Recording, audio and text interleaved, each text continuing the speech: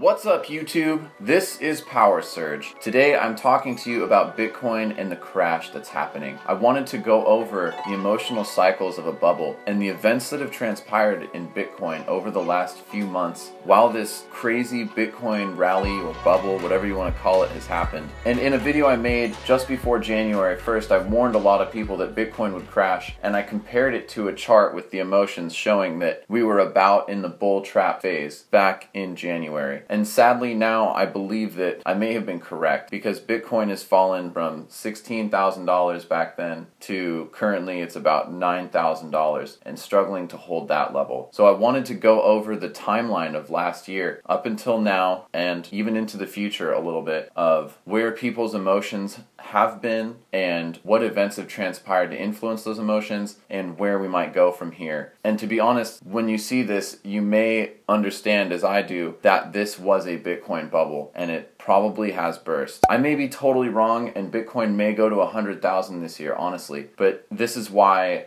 I think it was a bubble. And the technology behind blockchain is not bad, is not garbage, there's nothing wrong with it, but the value of the price of this technology and the coins got way ahead of the actual technology itself, because people just got too hyped up. They want to make money, they want to get rich, so they poured their money in. So let's talk about this. So we're going to use what's called the Wall Street cheat sheet. It's a psychology of markets. And to be honest, this sheet is a little weird. I know it has an all-seeing eye up in the corner and in the background. This is a little scary to some people who may be conspiracy theorists, but these emotions do line up with bubbles that happen. And if you understand this psychology of a market, you can understand what's going on in certain markets. You can't predict the future or really know 100% what's going on, but this can kind of give you a feel of where a bubble is at based on the sentiment and the emotional feels of that asset during the time. So the emotional cycle of a bubble starts with disbelief. In January of 2017, that's when the disbelief period was going on. January till February, March. And I think back to that time, I remember one really smart family member, a technologically savvy member, told us all get into Bitcoin when it was like $1,200. And I looked at the chart then and I saw it did look very bullish. $1,200,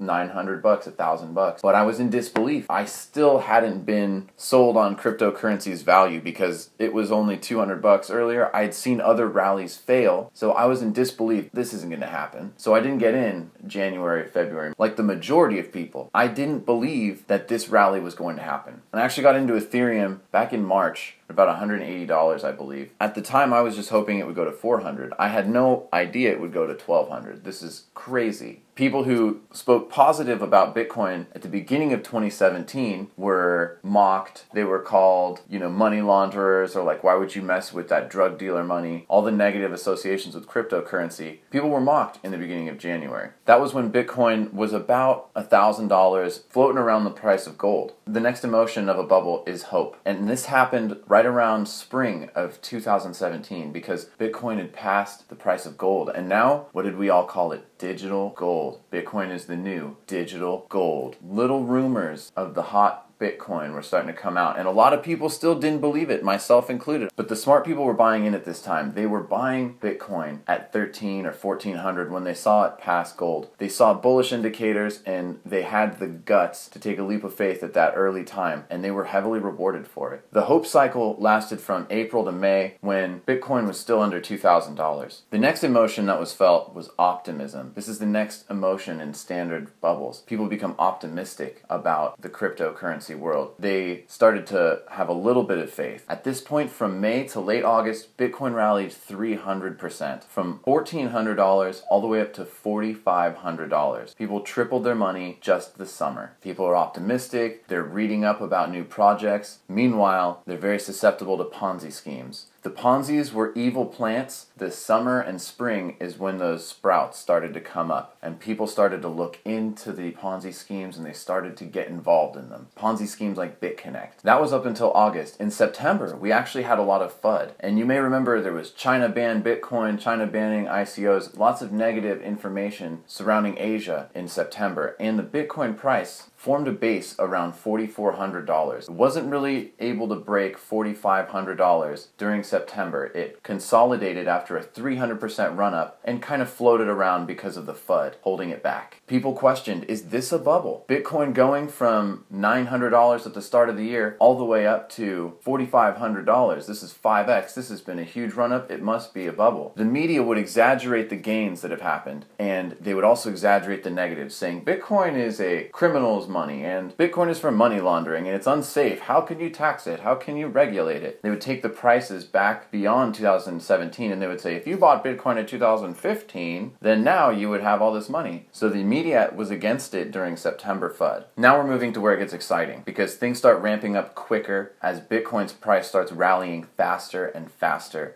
becoming more parabolic since September. So in early October, we move into the next phase of this bubble psychology, the belief phase. Bitcoin breaks out of that $4,500 resistance level and goes up all the way over $7,000, making a 70% gain in about 1 month. The rumors going around, everybody's talking about it during the fall of 2017. Bitcoin's gonna be 10K. It's going to 10K. On that ride from 4,500 to 7,000, it's going to 10K. Bitcoin 10,000 was all you could hear. People were just knowing it was going to 10,000. They were hoping, they were excited, they believed it was going to 10,000. They believed it could be the future of money. The public started to believe, and people who got in a few months earlier had doubled or tripled their money, right? If you got your Bitcoin in May, by November you looked like a genius, right? Because you had tripled your money, let's say. You go and sit down at Thanksgiving. You tell all your family, I put $1,000 in and now I've got $4,000 in just a couple months. This thing's the future of money. What are you guys doing sitting here with your cash, right? People started talking about it. Thanksgiving was the biggest sign up for Coinbase ever. So many people talked about it with their family and friends. They got the referral code, getting people into Bitcoin, Litecoin, Ethereum, and the rally started really ramping up. Because now the public is in this market and they hope to get rich quick, right? They're greedy. People are thinking, I gotta get some more of this stuff. I gotta tell my friends and family, I'm getting rich. I wanna help people. I wanna help people grow their money, grow their investment, change their lives with this Bitcoin.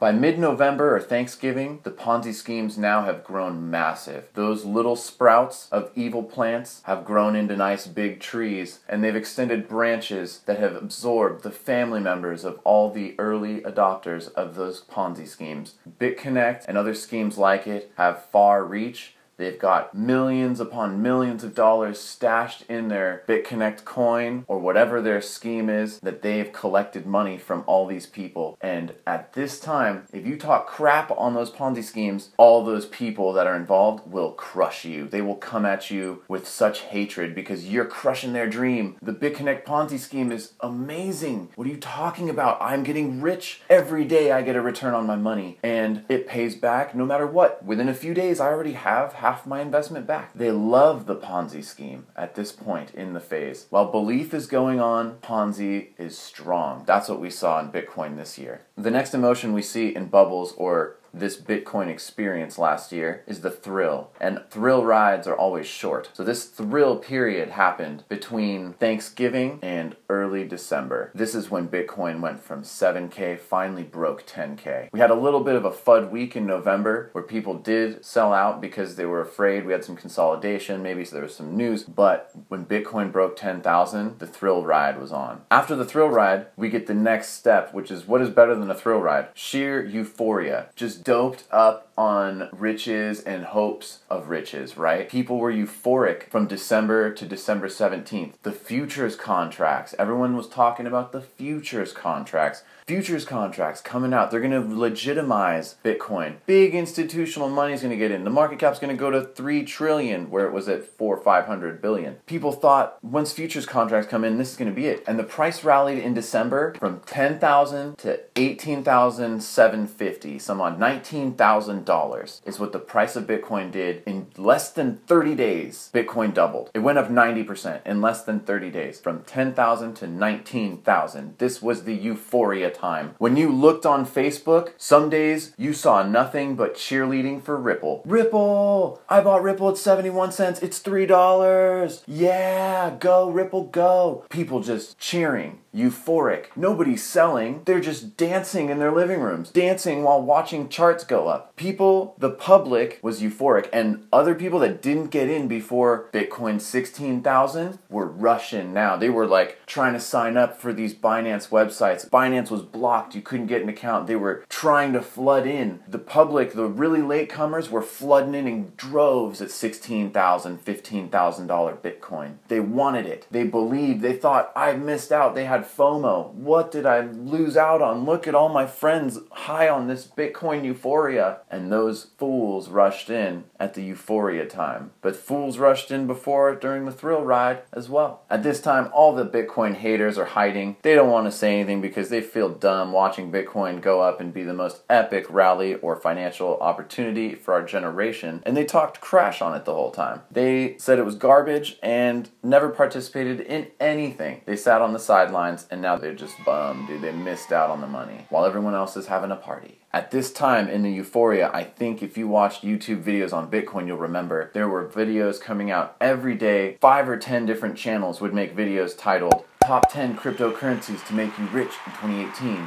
Why Litecoin will be $2,000. Why Bitcoin will be $400,000. Why Neo will be $1,000 to $1,500. Why Ripple will be $10. Just ridiculous, euphoria, drug-induced, no real basis predictions of what cryptos will be next year because we were in sheer euphoria phase. The correcting was not even an option. This was accepted as the new money. This is where we're going during the euphoria stage. This was just happened a few months ago, about till December 17th, mid-December. Now it gets ugly, guys. I'm sorry. We're in the present or the not too distant past. After the euphoria stage, we had an epic crash. From late December till mid-January, we saw the first serious correction or bust of the bubble. December 17th was $18,750. Crashed down to $11,000, right? It bounced off that average, moved up again to $16,000, then crashed back down to $13,000. New Year's Eve it was $13K. A couple days later it shot back up to $16,000, then back down to $13,000. And by my birthday, which was mid-January, January 13th, Bitcoin was about $11,000. This was a volatile correction, right? This was an up and down movement that was insane. The Bitcoin price was fluctuating by 20-30% every couple days. Violent, volatile fluctuations in the price at this point. This was the end of euphoria. This is what we call the complacency stage of this bubble. And people were basically understanding that Bitcoin's price went up way too much, too fast in the 30 days prior to this correction. But we just need to cool off. We just need to chill a little bit. This correction's healthy. This is a healthy correction. It's going to help us move up to the next leg, which is going to bring us to Bitcoin 21, 25,000. It's going to be our new all-time highs. We just got to relax. It's okay. Those are the emotions being felt. Complacency. People are just okay with what's going on. People have excuses like, oh, this is, end of the year profit taking. This is also what we would have called the bull trap phase, where people think it's going to correct because every time it crashed before this, it did correct epically and people made more money. Buying the dip was a smart thing in the past, but this bull trap is where buying the dip is going to get you killed. After this, we're in the present. So the next phase that comes in the Bitcoin crash is anxiety. That is the phase I think we are in right now. And by right now, I'm talking about early February. Late January to early February, we are in the anxiety phase. We are seeing this as Bitcoin's price crashed from $11,000 to $7,800, and now it's retraced back to $9,000, and it's barely holding $9,000. So people who bought during the euphoria and the thrill ride are really upset now because they're in the red, and they're shaken, they're anxious, they don't know what is going to happen. BitConnect and all the Ponzi's are dying. BitConnect was exposed, millions of people lost money with those Ponzi's, all the people who loved it are crying now, and not just that, those dead Ponzi's, they stink. They stink up the whole crypto space. People know that there's Ponzi's in the crypto space now. People hate it. Facebook banning crypto ads. You have negative news like this coming out all day, every day. Things like, dude in Russia gets robbed because he told his friends about his Bitcoin stash. Things like government stepping in to close exchanges in South Korea. Fake news. Things like news about IRS, laundering, hacking, robberies, everything you can imagine that would scare you. Exchanges closing. All the most negative things you can imagine coming out at this time during the anxiety time. That's what's happening right now, isn't it? Bitcoin breaks the psychological resistance, which it did. At $10,000, that was our psychological resistance. I talked about it in my last video. When Bitcoin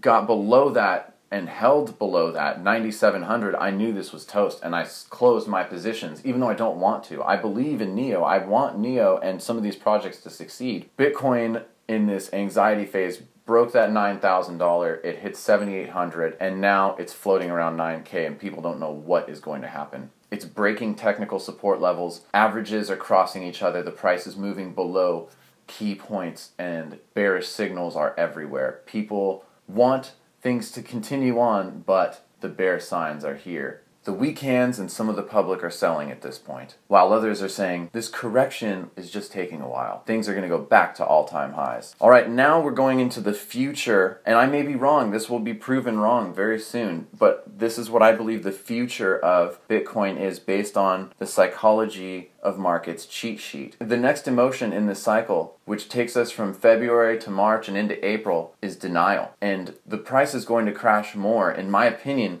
we could see Bitcoin go from what it is now, 8,700, crash down to 6,600, crash down to 6,000. And at that point, people are going to be in complete denial that anything's wrong. They're going to say, no, that my investments were good. Like, these companies will come back. I couldn't sell, you know, like, this is a good investment, a good project. Must hodl, just hodl. Or people thinking, just wait until X happens. Wait until this ban on cryptos is lifted. Wait until this thing accepts cryptos. Wait until this gets involved in cryptos. And then we're going to come back. Then we're going to make all-time highs. That's the denial phase, and we are getting close to it now. People love the technology of blockchain at this point, and I understand it is cool stuff, but we aren't accepting yet that the value of blockchain technology and the value of these cryptos has far surpassed their actual applicability in our everyday lives. The value is starting to cool down back to the level where it should be. The next phase is panic, and panic, I believe, is going to come this spring around April,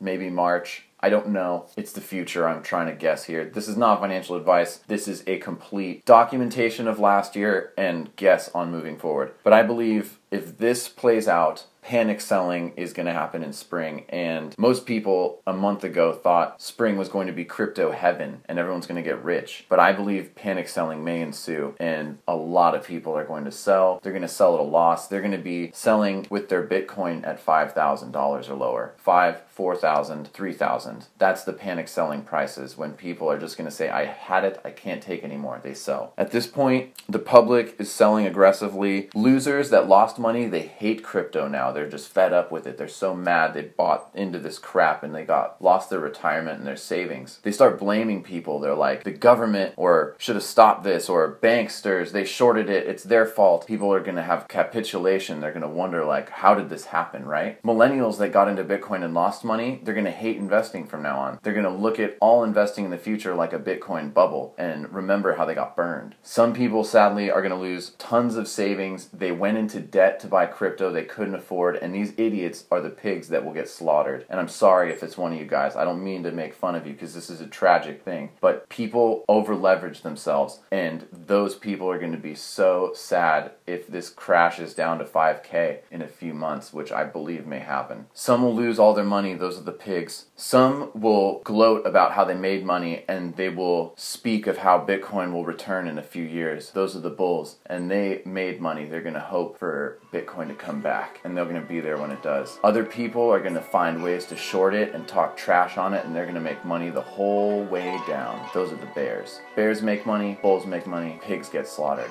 And that's what happened with Bitcoin last year in 2017. If you like this video, go ahead and smash the like button. Please feel free to subscribe. I make videos all the time. Please leave a comment. Tell me what you think. Share this video. This is my breakdown of cryptocurrency as it happened for the last year. It may not be 100% accurate. This is not financial advice. I love you guys, my subscribers. Good luck to all of you. I pray for you all during this turbulent cryptocurrency time, and I hope you found this helpful. May the force be with you all, and as always, have a great day.